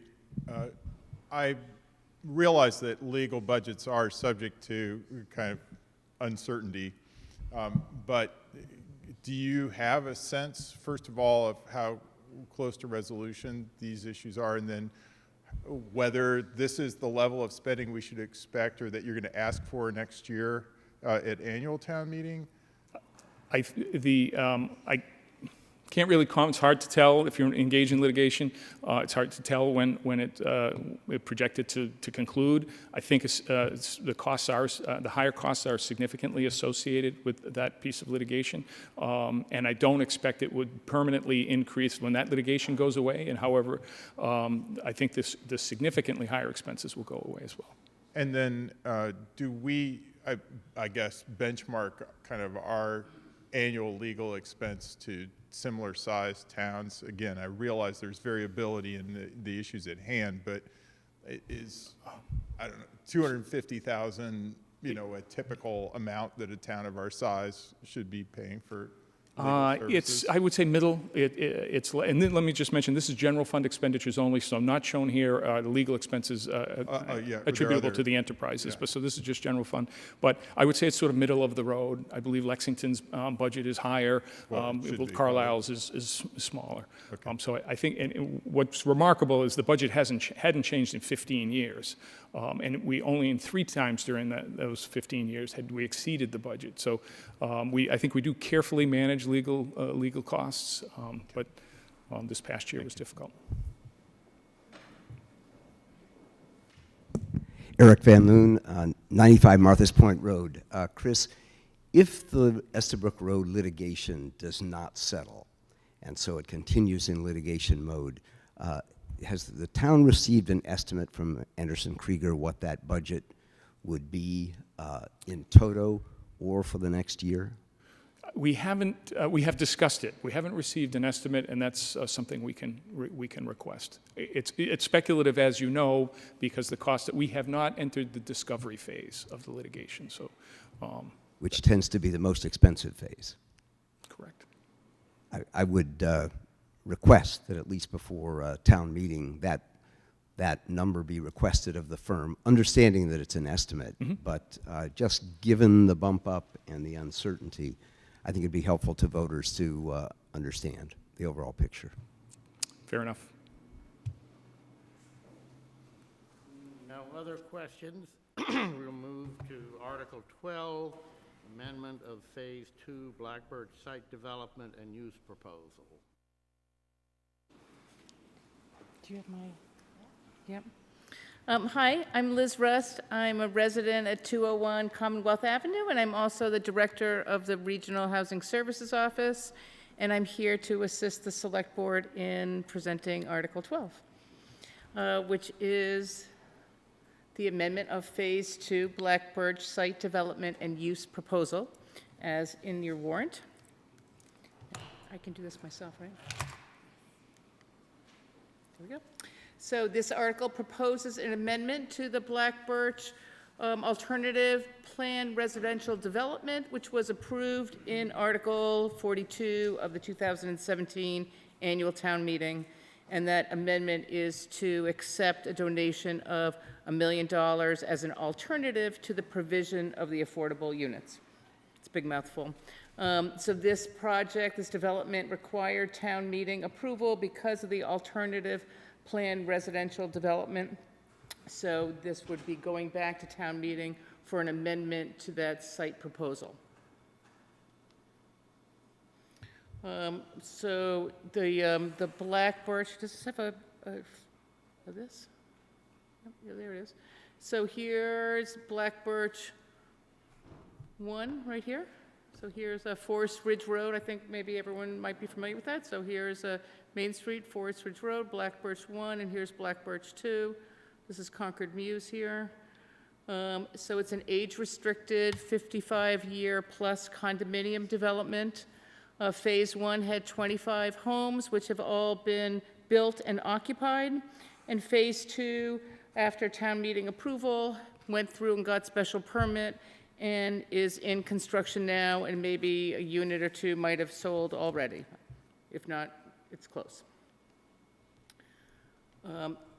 In the description and in town meeting, all parties, that's the town and the developer and the planning board and all parties in the proposal, the select board, had intended and assumed that the affordable units would count towards the town's subsidized housing inventory towards the 10% threshold.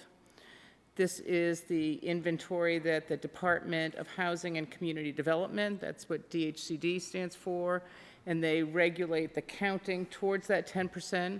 They have very specific rules that they use in counting that. And in this last February, they clarified, one might call it change, but they clarified their policy indicating that affordable units that are not eligible for inclusion on this inventory if they prohibit children from residing in the units. And many 55-plus condominiums have that restriction in the master deed. And this came well after the town meeting approval and the special permit and all of the presentations and the project. So it was a change in plan, I think, on a light level, right? So after a number of discussions at the select board, public sessions, it really came down to two options.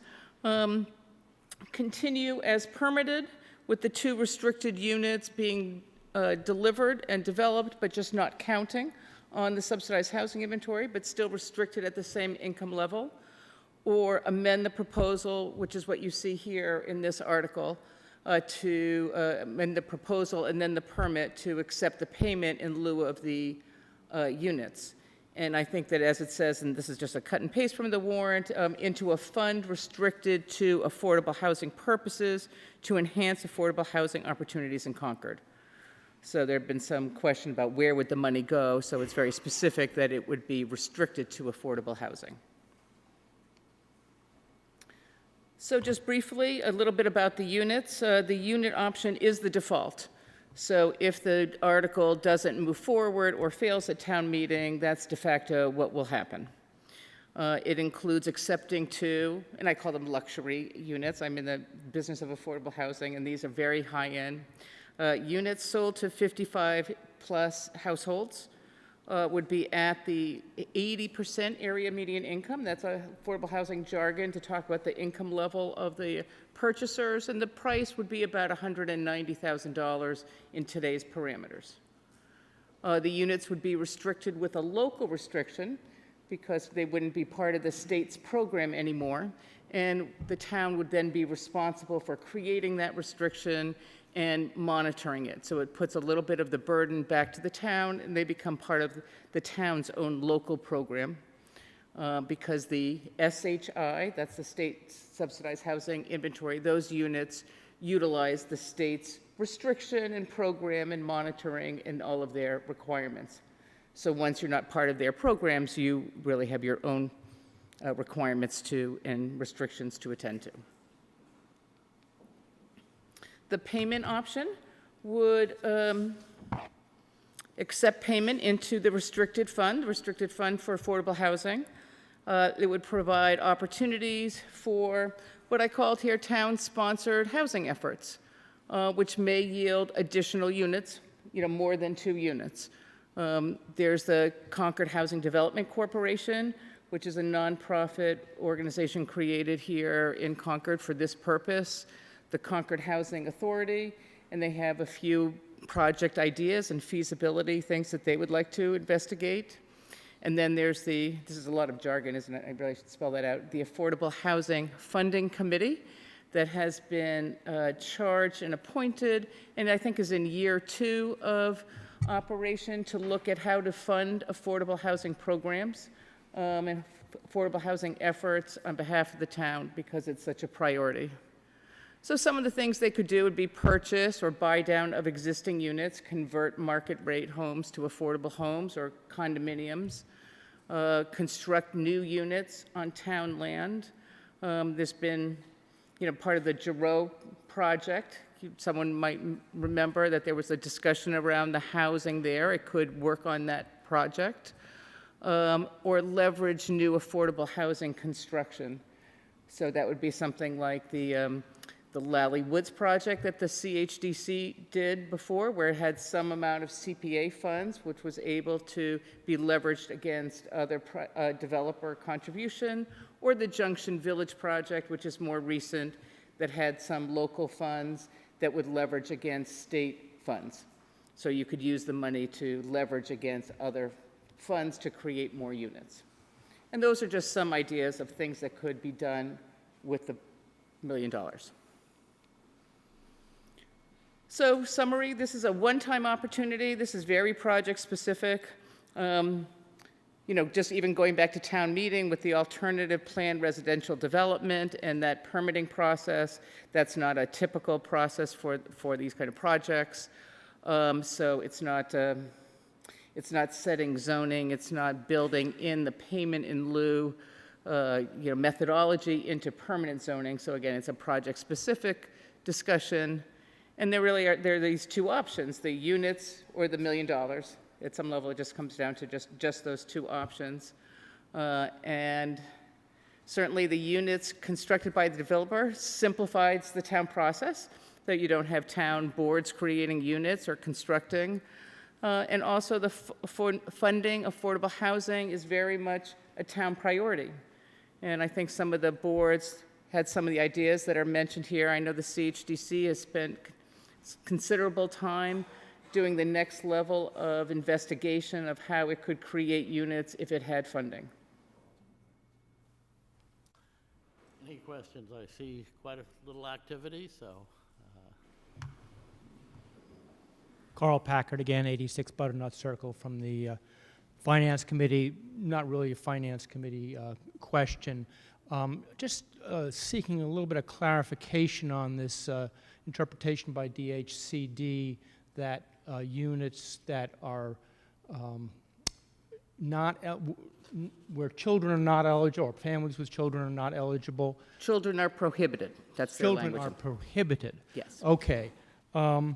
So first of all, I over the last few years we've allocated what is about $2 million paid out for 86 units at Junction Village that are supposed to be on the thank you for bringing that up. SHI. Yep. And then also, what about other, was it Everett Gardens? Yes, so let me clarify. Okay. Yes, thank you. So that the DHCD policy really talks to the 55+ restrictions. There are more senior housing, which is 62+, and all of those developments require that all residents be 62 or over. So, and that those are permitted by DHCD. Thank you for bringing that up. Jack McBride, 57 Everett Street, and I'm with the Bode Builders and the builder of Black Birch. And we're I just wanted to say we're very happy to be able to help provide affordable housing in this project, either on site or alternatively through the donation, and we have no preference at this point, and I'll be attending town meeting as a resident, but I won't vote on this particular article. A little background, with the alternative PRD, when we came to town meeting initially, this discussion came up at that time, even prior to, and I think we had a similar meeting at that time.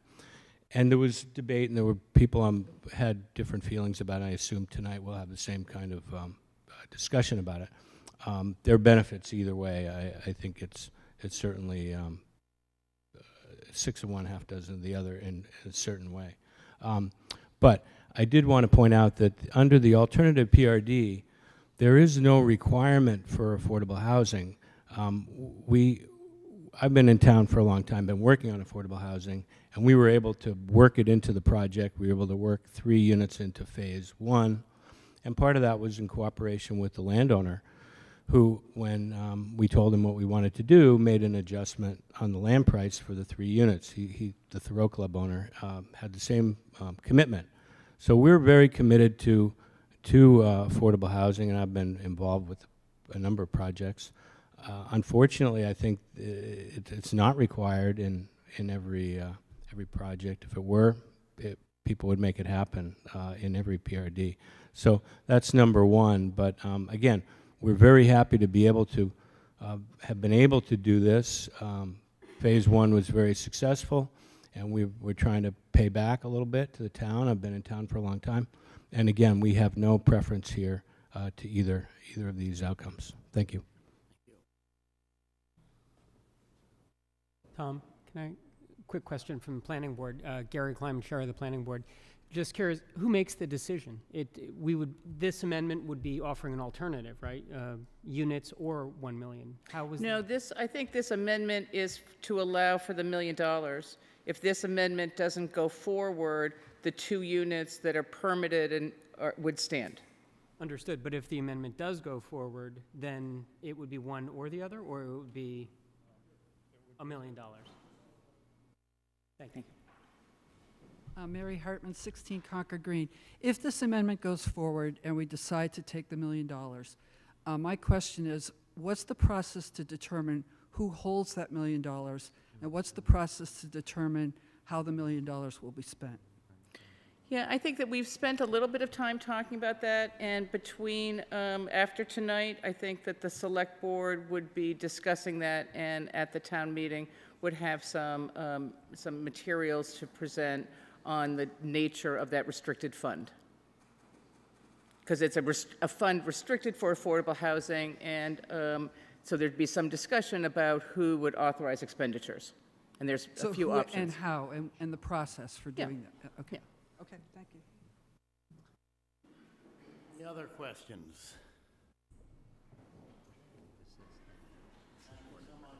Sure. Very helpful. Bruce Friedman Rail Trail, Article 13, grant of easement. Both of the, and this alternative, this option, it struck me as... Good evening, Marcia Rasmussen, Director of Planning and Land Management, and Project Manager for the Bruce Freeman Rail Trail. The language of this article mirrors the language that was adopted in 2016 as it related to the Bruce Freeman Rail Trail 2C, that portion that's from Commonwealth Ave to Powder Mill Road. This article addresses the need to acquire easements for the 2B portion. That's the portion of the trail that will connect Acton and Concord and will be a bridge over Route 2. There are 3 state-owned properties within the town of Concord that will require permanent easement to allow the construction of the trail. And the 2 state agencies that are impacted are the Department of Corrections and the Executive Office of Transportation. These easements are needed over these properties for construction of the pedestrian bicycle trail, for clearing, grubbing, grading, loam and seed, for drainage, and for paving. This is a plan of the preliminary right-of-way. What I've highlighted is the Acton-Concord town line. The yellow highlights are the various parcels. The right-of-way is the long linear portion. What's in blue is Warner's Pond, to help orient you. And there's one teeny tiny square right next to what is the Route 2. This is the Route 2 right-of-way. This little teeny tiny square is Department of Corrections land. That will be a drainage easement. The remainder is that linear trail, the right-of-way from the Executive Office of Transportation for the construction of the 2B portion. Again, this language mirrors what was adopted for the 2C portion and is necessary so that we can move forward with the project. It's being presented this fall because our hope is to have the 100% design plans done next spring, and that this will be going to bid in the summer of 2019.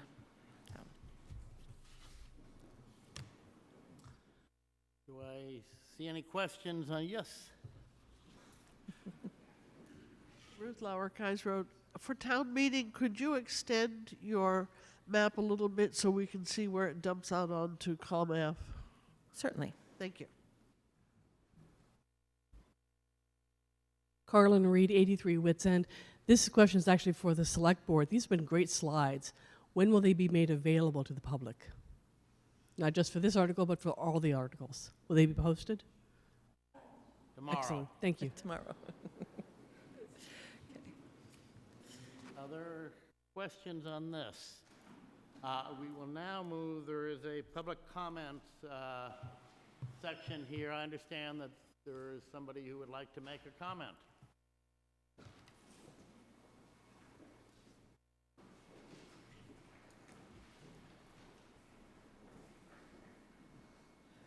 Hi, I'm Nicole Palmer, 1771 Main Street. I'm on the board at the Concord Housing Development Corporation, and I just wanted to comment on Article 12. So sorry, didn't get up here in time. In our opinion, our position is the affordable, having the $1 million versus the 2 units.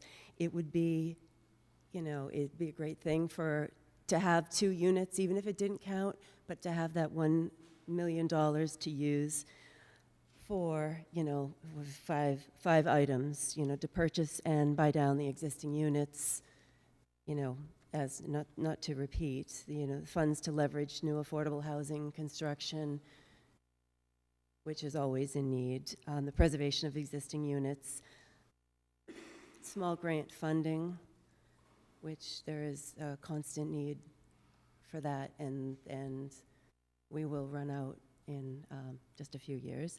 And 5, the creation of affordable housing fund. So I just wanted to state that. Thank you very much. Thank you. Other business? Seeing none, I will, on the behalf of the Select Board, motion to adjourn. No move. Second? Second? All in favor? Aye? Aye. And on behalf of the planning board, I would adjourn the planning board meeting. Second. All in favor? I don't think we have to adjourn. Thank you, everybody.